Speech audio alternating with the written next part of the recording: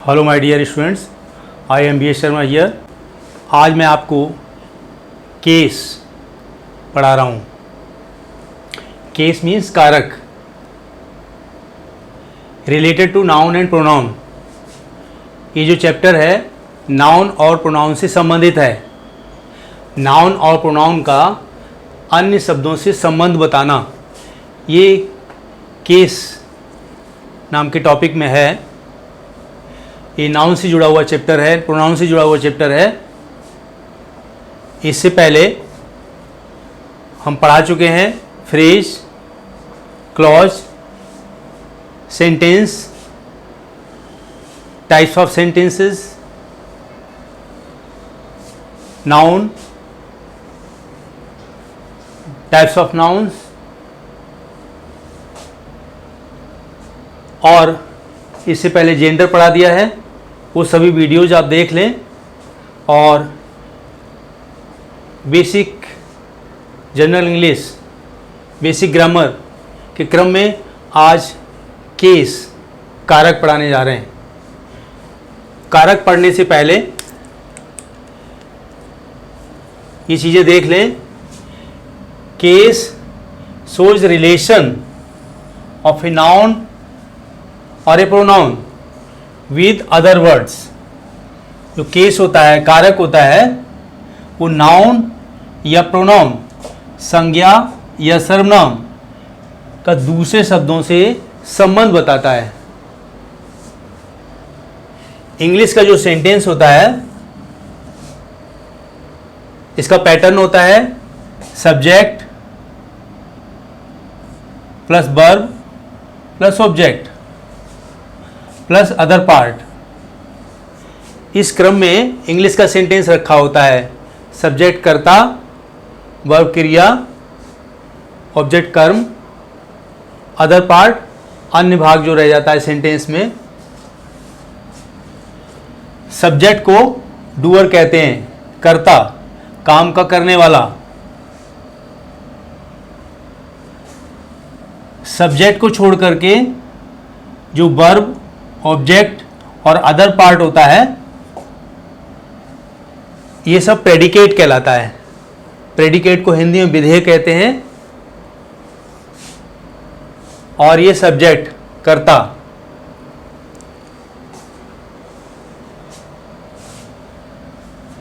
जैसे Ram writes a letter.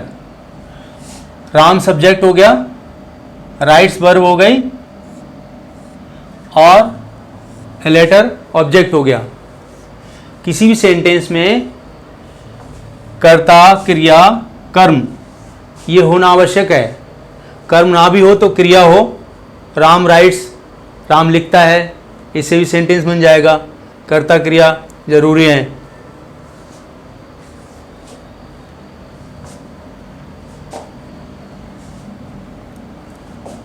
अब इसमें एक ऑब्जेक्ट है, कर्ता हो गया, ये क्रिया हो गई, ये कर्म हो गया।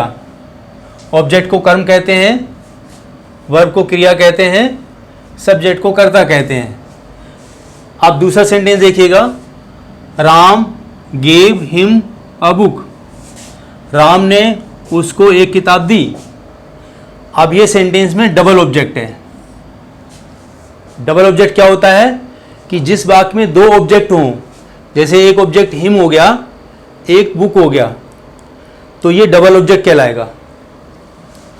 अब इसमें राम सब्जेक्ट हो गया, डूअर हो गया, गेव वर्ब हो गई, क्रिया हो गई, और हिम इसमें हो गया इनडायरेक्ट ऑब्जेक्ट। जो लिविंग थिंग है वो यहाँ इनडायरेक्ट ऑब्जेक्ट है। ऑब्जेक्ट ये भी है, ऑब्जेक्ट ये भी है, तो जो लिविंग थिंग है वो इनडायरेक्ट ऑब्जेक्ट है, और जो नॉन लिविंग थिंग है वो डायरेक्ट ऑब्जेक्ट है। जो नॉन लिविंग थिंग है, बेजान वस्तु है, वो डायरेक्ट ऑब्जेक्ट है, और इसको मेन या ऑर्डिनरी ऑब्जेक्ट भी कहते हैं। डबल ऑब्जेक्ट में मेन वर्ब के बाद तुरंत बाद इनडायरेक्ट ऑब्जेक्ट आता है। या इसको ऐसे भी लिख सकते हैं, Ram gave a book to him, Ram ने उसको एक किताब दी। वही अर्थ है जो ऊपर वाले सेंटेंस का है, वो ये इसका है। बस फर्क ये है कि इसमें डायरेक्ट ऑब्जेक्ट को बीच में ले आए और इनडायरेक्ट को बाद में ले आए। जब इनडायरेक्ट को बाद में लाएंगे तो उससे पहले टू लगाएंगे या फॉर लगाएंगे। राम इसमें नाउन हो गया, सब्जेक्ट, गेव वर्ब हो गई, और ए बुक ऑब्जेक्ट हो गया डायरेक्ट वाला, और टू हिम इनडायरेक्ट ऑब्जेक्ट हो गया। अब डायरेक्ट ऑब्जेक्ट और इनडायरेक्ट ऑब्जेक्ट को समझें कि अगर इनडायरेक्ट ऑब्जेक्ट नहीं लिखेंगे तो भी बाकी क्लियर हो जाता है। जैसे Ram gave a book, Ram ने एक किताब दी, ये कंप्लीट सेंटेंस हो गया। और ऊपर वाले में देखें, राम गेव हिम, अगर इसको हटा दें हम ए बुक को, राम ने उसको दिया, अब क्या दिया पता नहीं चल रहा है, इसमें वाक्य पूरा नहीं है। तो वाक्य का कंप्लीट सेंस निकालने के लिए डायरेक्ट ऑब्जेक्ट का होना जरूरी है, बिना इनडायरेक्ट के तो काम चल जाएगा। जैसे यहाँ पर है Ram gave a book, Ram gave a book, Ram ने किताब दी, इसमें डायरेक्ट ऑब्जेक्ट दिया हुआ है, इनडायरेक्ट नहीं दिया है, तो भी सेंस इसमें से निकल जाता है। सेंटेंस बनाने के लिए डायरेक्ट ऑब्जेक्ट का होना जरूरी है क्लियर सेंस निकालने के लिए, इनडायरेक्ट नहीं होगा तो भी काम चल जाएगा।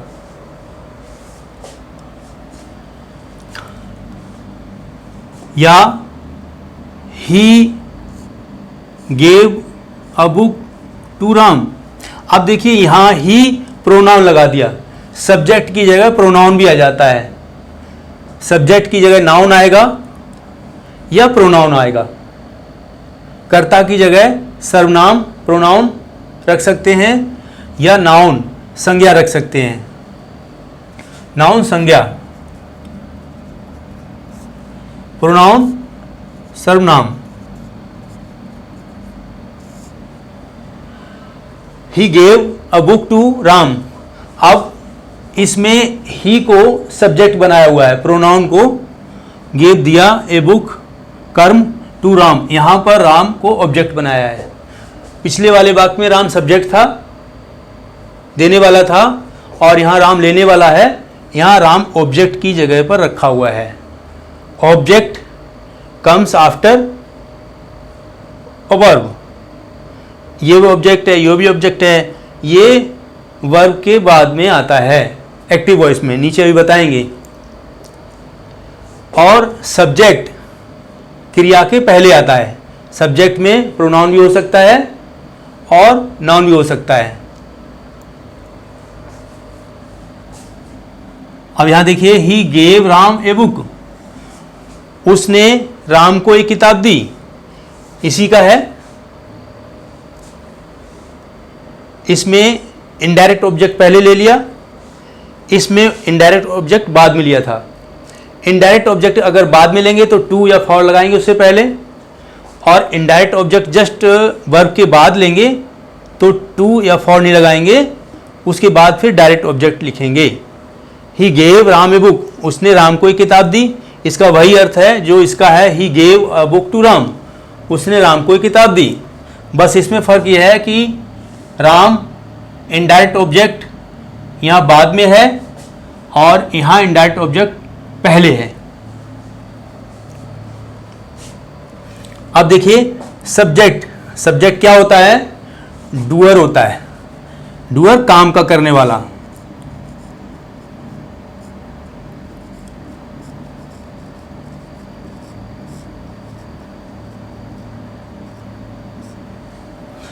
नाउन होता है या प्रोनाउन होता है बिफोर द वर्ब, और क्रिया से पहले आता है। किसमें? एक्टिव वॉइस में। एक्टिव वॉइस जिसमें कर्ता प्रधान होता है, वो अभी नीचे बताएंगे। एक्टिव वॉइस में कर्ता प्रधान जिसमें होता है, कर्ता पहले लिखा होता है वर्ब से, उसमें डूअर नाउन या प्रोनाउन वर्ब से पहले आता है। जो मुख्य क्रिया होती है उससे पहले आता है, वो सब्जेक्ट होता है। वर्ब क्या होती है? वर्ब एक्शन वर्ड्स होते हैं जो काम किया जाता है, क्रिया होती है, वो वर्ब है मेन। इसकी फर्स्ट सेकंड थर्ड फॉर्म चलती हैं, टेंसेस में काम आती हैं ये। ऑब्जेक्ट क्या होता है? कर्म। नाउन और pronoun after the verb. Object में भी नाउन या प्रोनाउन ही होता है, बस उसका प्लेस दूसरा होता है, कर्म की जगह रखा होता है, तो वही नाउन या प्रोनाउन ऑब्जेक्ट हो जाता है। ऑब्जेक्ट की जगह रखा होता है वर्ब के बाद में, एक्टिव वॉइस में वर्ब के बाद में आता है। और सब्जेक्ट की जगह रखा होता है वही नाउन या प्रोनाउन, तो वो सब्जेक्ट होता है, वर्ब से पहले रखा होता है एक्टिव वॉइस में। As Ram writes a letter. अब ये एक्टिव वॉइस है। एक्टिव वॉइस क्या होता है? सब्जेक्ट बिफोर वर्ब, कर्ता प्रधान, जिसमें कर्ता पहले रखा होता है सब्जेक्ट से। जैसे राम, ये सब्जेक्ट है, राइट्स वर्ब है और लेटर ऑब्जेक्ट है। राम एक पत्र लिखता है, ये कर्तृवाच्य, कर्ता प्रधान, सब्जेक्ट बिफोर वर्ब, क्रिया से पहले सब्जेक्ट रखा हुआ है। अब दूसरा यहां इसी सेम टेंस को बदल के बनाया, सेंस वही है। A letter is written by Ram. एक पत्र राम के द्वारा लिखा जाता है। इसमें ये कर्ता प्रधान कर दिया। लेटर ये ऑब्जेक्ट था, ये इधर ले आए टेंस के आधार पर। टेंस पढ़ेंगे, एक्टिव पैसिव वॉइस पढ़ेंगे तब समझ आएगा। और यहाँ पर इज लग जाता है, वर्ब की थर्ड फॉर्म लगती है, फिर वाई लग के ये जो सब्जेक्ट आ जाता है, राम के द्वारा लेटर लिखा गया। यहाँ एक्टिव वॉइस पैसिव वॉइस इसलिए बताना पड़ा कि पैसिव वॉइस में सब्जेक्ट वर्ब के बाद लिखा होता है। जैसे ये वर्ब है, वर्ब के बाद में ये सब्जेक्ट लिखा हुआ है, अब इसको नया ऑब्जेक्ट बना दिया है, वाई राम कर दिया, और जो ऑब्जेक्ट था उसको नया सब्जेक्ट बना दिया, ए लेटर। तो यहाँ ये सब्जेक्ट बन गया है पैसिव वॉइस में, जो ऑब्जेक्ट था यहाँ पर, और यहाँ ये ऑब्जेक्ट बन गया है जो यहाँ सब्जेक्ट था एक्टिव वॉइस में। तो सेंस वही है, बस बनाने के नियम है, कहने का ढंग है, ये एक्टिव वॉइस और पैसिव वॉइस। तो यहाँ पैसिव वॉइस और एक्टिव वॉइस विद टेंसेस बाद में और पढ़ाएंगे, तब और क्लियर हो जाएंगे। इतना समझ लीजिएगा अभी यहाँ पर कि जो वर्ब से पहले रखा हुआ है वो सब्जेक्ट, वर्ब के बाद में रखा हुआ है वो ऑब्जेक्ट, वो एक्टिव वॉइस कहलाता है, कर्ता प्रधान होता है ये। तो इसमें मेनली आपने अभी सीखा है कि सब्जेक्ट वर्ब ऑब्जेक्ट रखने का एक पैटर्न सेंटेंस में क्या होता है, कहाँ कहाँ पे कैसे रखा जाता है। इंग्लिश के सेंटेंस का पैटर्न क्या होता है, कर्ता क्या है, क्रिया क्या है, कर्म क्या है। कर्म दो प्रकार के होते हैं, डायरेक्ट ऑब्जेक्ट और इनडायरेक्ट ऑब्जेक्ट। इन सब के बारे में जानना आवश्यक है कारक समझने से पहले। हु और व्हाट का आंसर सब्जेक्ट कर्ता होता है। किसी सेंटेंस में हम प्रयोग करके देखें, वर्ब से पहले हु या व्हाट लगा के देखें, तो जो आंसर आएगा वो सब्जेक्ट होगा। जैसे book is on the table, किताब मेज पर है। मेज पर क्या है, क्या है, व्हाट का आंसर बुक, तो बुक सब्जेक्ट हो गया। हमको हमेशा ये पहचानना है सब्जेक्ट क्या है, वर्ब क्या है, ऑब्जेक्ट क्या है सेंटेंस में, ये हमेशा पहचानते रहना है। तो हम कैसे पहचानेंगे कि सब्जेक्ट कौन सा है। व्हाट का आंसर सब्जेक्ट होता है, ऐसे हु का आंसर सब्जेक्ट होता है। जैसे राम गेव हरी ए पेन, राम ने हरी को एक पेन दिया, तो किसने पेन दिया, हु या व्हाट का आंसर सब्जेक्ट होगा। तो हु के वर्ब से क्वेश्चन करेंगे, हु गेव, तो राम गेव, सब्जेक्ट हो गया राम। तो हु और व्हाट का जो आंसर निकल के आएगा तो वो सब्जेक्ट होगा, सब्जेक्ट पहचानने का तरीका। ऐसे ही ऑब्जेक्ट पहचानने का तरीका, कर्म पहचानने का तरीका क्या है, व्हाट का आंसर या हुम का आंसर ऑब्जेक्ट होता है। व्हाट का करेंगे कि राम गेव हरि ए पेन, राम ने हरि को दिया, पेन दिया। क्या दिया? पेन दिया। वर्ड का आंसर पेन। या होम किसको दिया? हरि को दिया। राम ने हरि को एक पेन दिया, तो ये हरि ऑब्जेक्ट आ गया और ये भी ऑब्जेक्ट है। अभी हमने बताया था ये जो लिविंग थिंग है वो इनडायरेक्ट ऑब्जेक्ट, और जो नॉन लिविंग थिंग है, बेजान वस्तु है, वो डायरेक्ट ऑब्जेक्ट, और जो लिविंग थिंग है, जो जानदार चीज़ है, वो इनडायरेक्ट ऑब्जेक्ट। दो तरीके के ऑब्जेक्ट होते हैं। तो राम गेव ये वर्ब हो गई। सेंटेंस में ये सब पहचानना है हर जगह हर समय। इसमें बुक सब्जेक्ट है, इज इसमें वर्ब है, मेन वर्ब है, ऑन प्रीपोजिशन है, द आर्टिकल हो गया, और ये टेबल ऑब्जेक्ट। कौन सा वाला? Direct object. इसमें इनडायरेक्ट ऑब्जेक्ट नहीं है। अब केस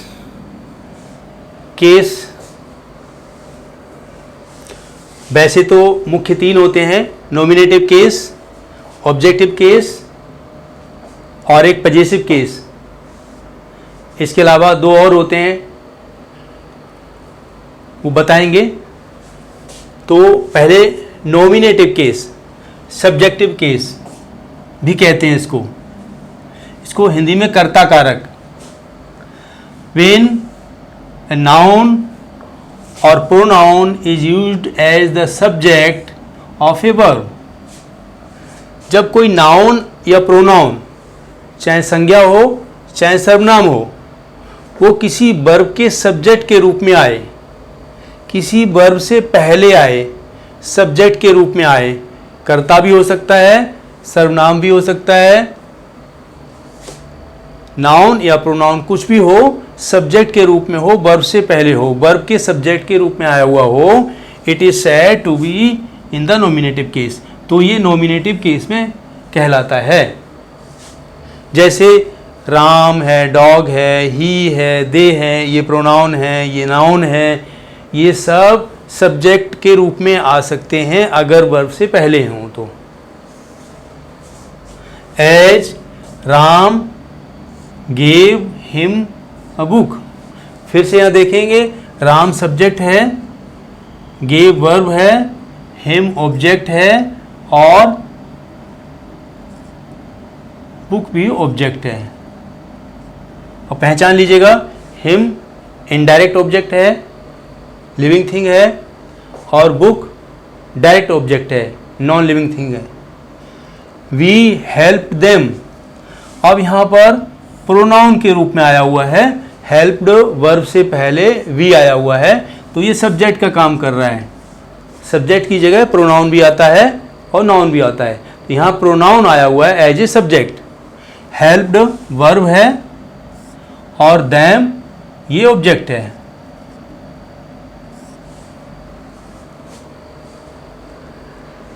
दोनों सेंटेंस में subject verb object, subject verb object. तो ये जो गोल हमने किया हुआ है सब्जेक्ट, ये जो सब्जेक्ट है, ये वर्ब गेव का, यहाँ वर्ब हेल्प्ड का सब्जेक्ट का काम कर रहा है, ये नाउन और ये प्रोनाउन, तो ये नॉमिनेटिव केस में आ जाएगा या सब्जेक्टिव केस में कहलाएगा। ये होता है नॉमिनेटिव केस, कर्ता कारक, कि कर्ता के रूप में रखा हुआ हो, क्रिया से पहले रखा हो, क्रिया के कर्ता के रूप में हो, नाउन हो या pronoun, that is called nominative case. Second one, objective case, इसको एक्यूजेटिव केस भी कहते हैं, हिंदी में कर्मकारक कहते हैं। व्हेन ए नाउन और pronoun is used as the object of a verb or a preposition, जब कोई नाउन या प्रोनाउन क्रिया के कर्म के रूप में हो या किसी प्रीपोजिशन के कर्म के रूप में हो, प्रीपोजिशन के बाद में आया हुआ हो कर्म के रूप में, या क्रिया के बाद में आया हुआ हो कर्म के रूप में। नोट कर लो, क्रिया के बाद में कर्म के रूप में, वही नाउन या प्रोनाउन है, वही नाउन या प्रोनाउन यहाँ वर्ब के बाद में होगा या प्रीपोजिशन के बाद में होगा, कर्म के रूप में हो जाएगा। अगर वर्ब के पहले हो जाएगा तो इसमें चला जाएगा, नॉमिनेटिव केस में चला जाएगा। अगर वर्ब के बाद में होगा वही नाउन या प्रोनाउन तो वो ऑब्जेक्टिव केस में चला जाएगा। It is said to be in the objective case. तो ये ऑब्जेक्टिव केस में काउंट होता है, ऑब्जेक्टिव केस कहलाता है या एक्यूजेटिव केस कहलाता है। वही नाउन या प्रोनाउन होगा। अगर नाउन या प्रोनाउन वर्ब से पहले आ जाता है तो पहला वाला नॉमिनेटिव केस हो जाएगा, और अगर नाउन या प्रोनाउन वर्ब के बाद में आ जाता है तो वो ऑब्जेक्टिव केस होगा। ऑब्जेक्टिव केस को एक्यूजेटिव केस कहते हैं, नॉमिनेटिव केस को सब्जेक्टिव केस भी कहते हैं। इसका चिन्ह भी होता है ने।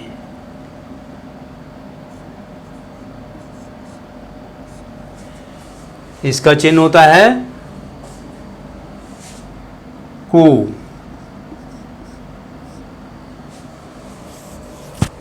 इसके एग्जाम्पल्स, रवि प्लेड क्रिकेट। अब रवि सब्जेक्ट हो गया, प्लेड वर्ब हो गई और क्रिकेट ऑब्जेक्ट हो गया। अब यहां देखने का है, ये जो मैं गोल कर रहा हूं, ये जो क्रिकेट है ये प्लेड वर्ब के ऑब्जेक्ट के रूप में आया हुआ है, तो ये ऑब्जेक्टिव केस कहलाएगा। ये क्रिकेट भी नाउन या प्रोनाउन के रूप में ही है, यहाँ नाउन के रूप में है, यहाँ प्रोनाउन भी आ सकता है, यहाँ नाउन के रूप में क्रिकेट आया हुआ है, लेकिन इसका प्लेस क्या है, वर्ब के बाद में है, तो यही ऑब्जेक्टिव केस में चला गया। अगर क्रिकेट यहाँ होता, जैसे cricket is a good exercise, good play, तो क्रिकेट सब्जेक्टिव में चला जाता, नॉमिनेटिव में चला जाता। यहाँ क्रिकेट वर्ब के बाद में रखा हुआ है तो ऑब्जेक्टिव केस में आ गया। Rakesh writes a letter, subject, verb और ऑब्जेक्ट। अब ये ऑब्जेक्ट को मैं गोल कर रहा हूँ, ये जो लेटर है, लेटर यहाँ पर ऑब्जेक्टिव केस में काउंट किया जाएगा, एक्यूजेटिव केस में काउंट किया जाएगा, क्योंकि ये वर्ब के बाद में रखा हुआ है, वर्ब के ऑब्जेक्ट के रूप में आया हुआ है लेटर। वर्ब राइट्स के ऑब्जेक्ट के रूप में लेटर आया हुआ है, तो letter is no objective case. Next, the book is on the table. किताब मेज पर है, तो ऑन द टेबल, ये जो टेबल है ये नाउन है। कैसा नाउन है ये, इज वर्ब के बाद में आया हुआ है, या ऑन प्रीपोजिशन है, ये हो गई वर्ब, ये हो गई प्रीपोजिशन।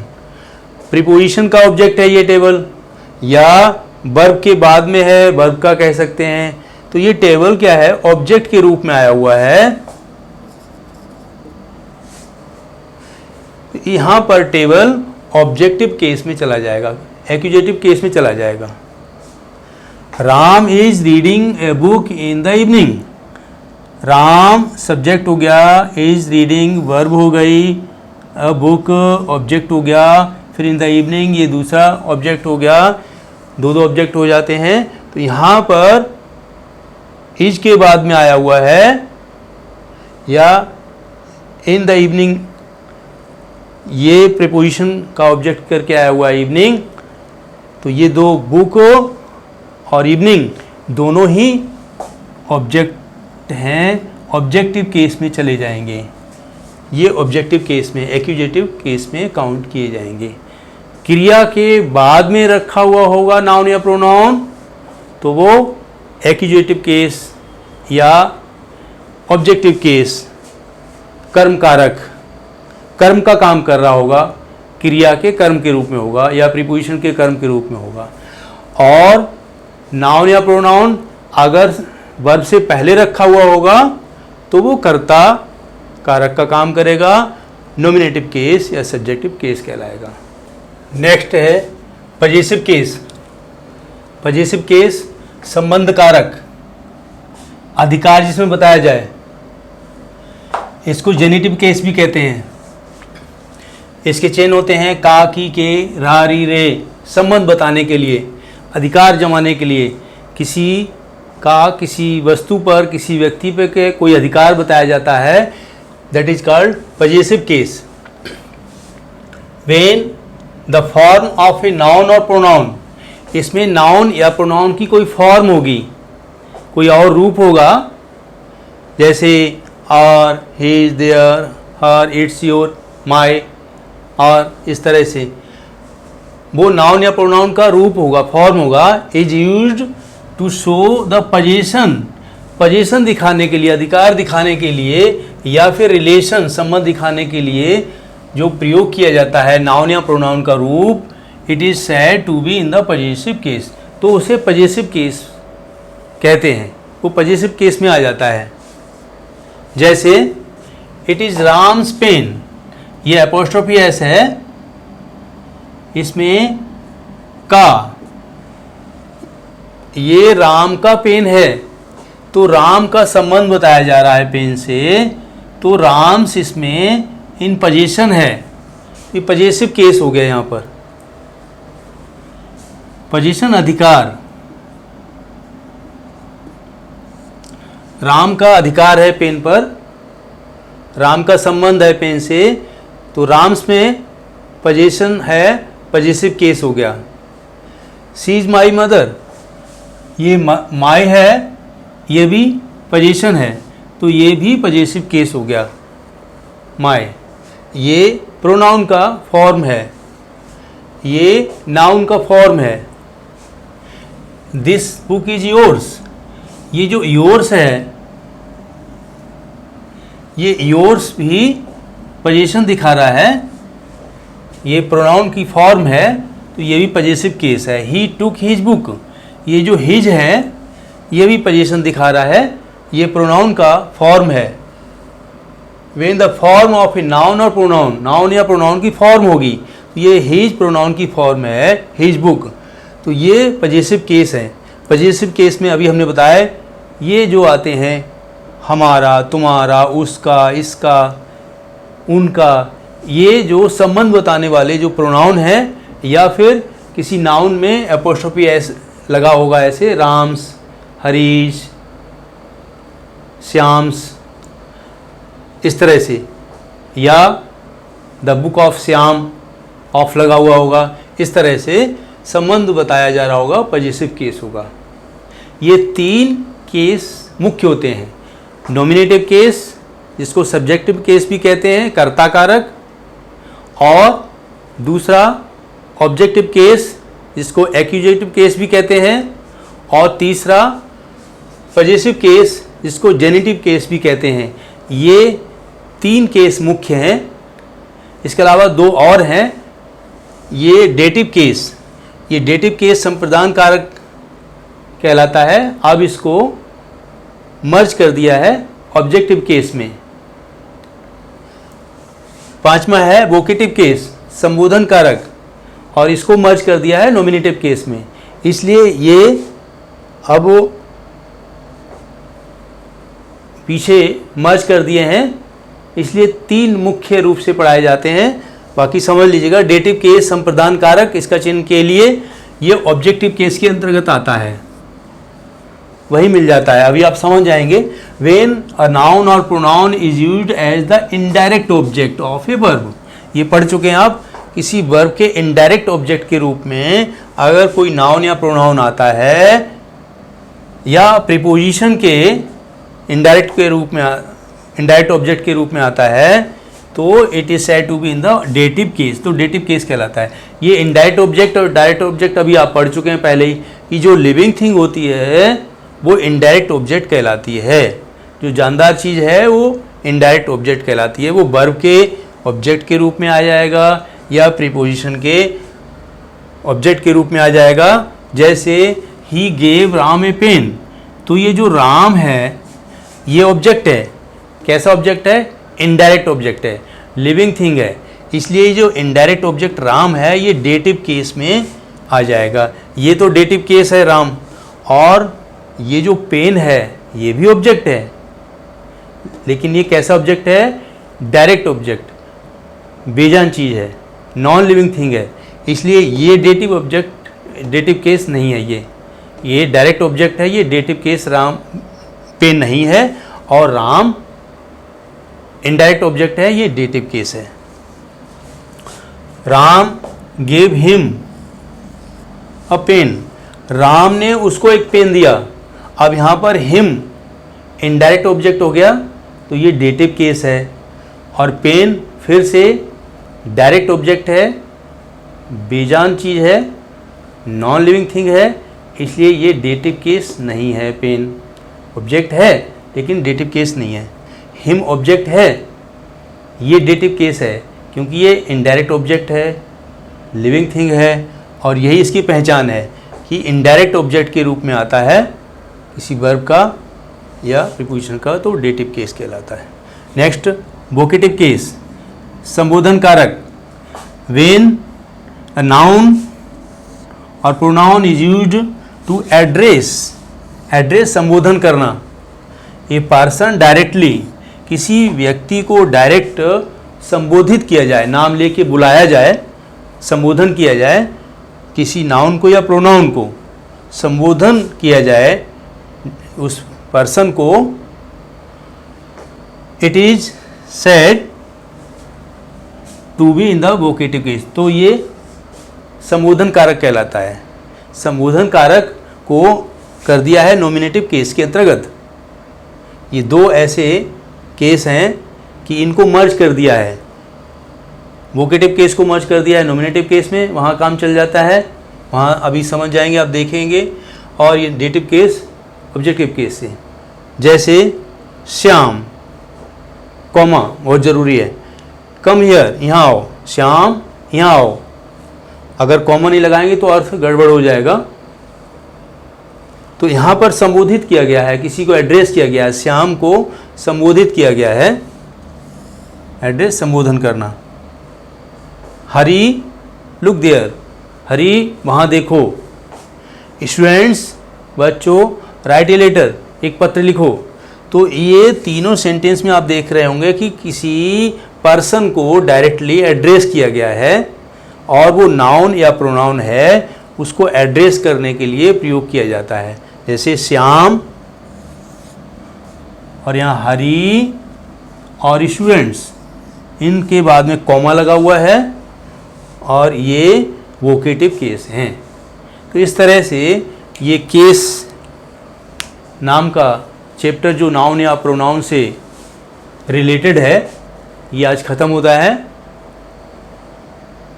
फिर किसी वीडियो में इनकी हम फॉर्म्स अलग से बताएंगे, कौन कौन से इनके पर्सनल प्रोनाउंस हैं, पॉजिटिव केस से रिलेटेड कौन से हैं, ऑब्जेक्टिव केस से रिलेटेड कौन से हैं, नॉमिनेटिव केस से रिलेटेड कौन से हैं, उनके सिंगुलर और प्लूरल भी बताएंगे, उनके और प्रयोग बता देंगे। तो आज का वीडियो यहाँ समाप्त करते हैं। मुझे उम्मीद है कि ये केस अच्छी तरह से समझ में आ गए होंगे। इनको रिवाइज कर लीजिएगा और पहले हमारे वीडियोस देख लीजिएगा। हम ऐसे सभी वीडियोस धीरे धीरे करके लाते रहेंगे ग्रामर से संबंधित, जिससे बेसिक ग्रामर का आपको अच्छी तरह से ज्ञान हो जाए। तो हमारे वीडियोज़ को देखते रहिए, हमारे चैनल को सब्सक्राइब कर लीजिएगा और अपने फ्रेंड्स में शेयर कीजिएगा, लाइक कीजिएगा। थैंक्स।